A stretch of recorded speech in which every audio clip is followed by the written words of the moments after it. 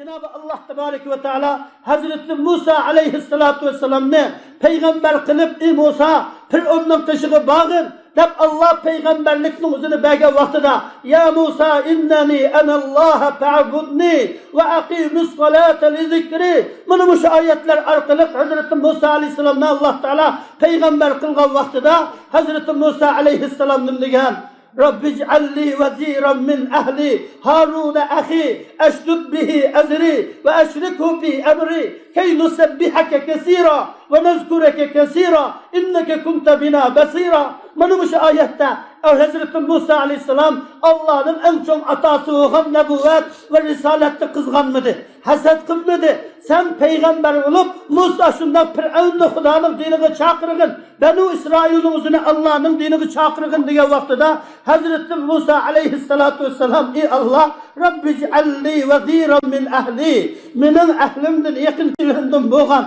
Harun'un bana vezir kıtbagin yerden çıkıtbagin ve şirikhu fi emri minin muşu peygamber nübüvvet muşu işimde bana ulaş bana şirik kıtbagin Hudaya nemişte key nusebbihake kesira seni Hudaya işkimiz bir olsak ya işimiz bir olsak bana seni köprek yad etamiz köprek sana ibadet kılamız key nusebbihake kesiran ve nezkureke kesira seni köprek yad etamiz Hudaya sen bizni külab durursan bu şu halatda o'zini qaragan vaqtimizda har bir ilm olib birdan ikkisiga ikkidan uchiga uchidan to'rtiga Janob Rasululloh taştabi ummat yana zalala benim ummatlarim bana bular zalalat ustiga chellik kelmaydi chulg'ashmaydi shuning uchun ulamolar o'zaro muhabbat qiladigan o'zaro apitadigan birdan ikkisiga qarab qaraydigan birimizni haqqida duo qilishadigan birimizga hasad qilmaydigan ularning o'zining fazlini tunuydigan hammani men bilaman emas benim mendan bakroq qarindishim olim deb o'zaro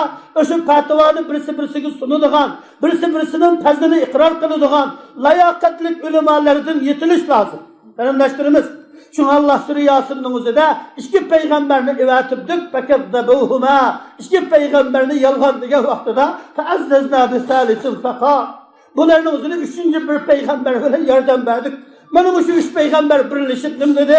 Inna mana biz hammamiz Allohning tarafidan evatilgan elchilarmiz.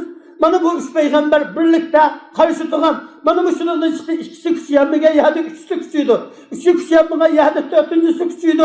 Mushunda qilib ummatning ulamoları birisi yetishib bo'lmagan yahdi ikkisi yetishib bo'lmagan uchinchisi mushunda qilib to'qsonlik ummat birlashsa, bular bu ummatning cho'nglari bo'lgan ulamolar, qori qurrolar qalbimizdagi hasadni, adovatni ko'tarib Muşu halette Allah'ın rahmeti kılıdı. Allah'ın yardımı kılıdı. Şunun için her bir manımışı ülümala, murabbiyle, ustazla birisimizi ziyaret kılışıp, birisimizi yokluşup, birisimizge mehribanlık duygusunu yaşap, muşunda halettin özünü öteş, bu Hudanın dostlarına olan dostluk izhar kılganlık kılıdı.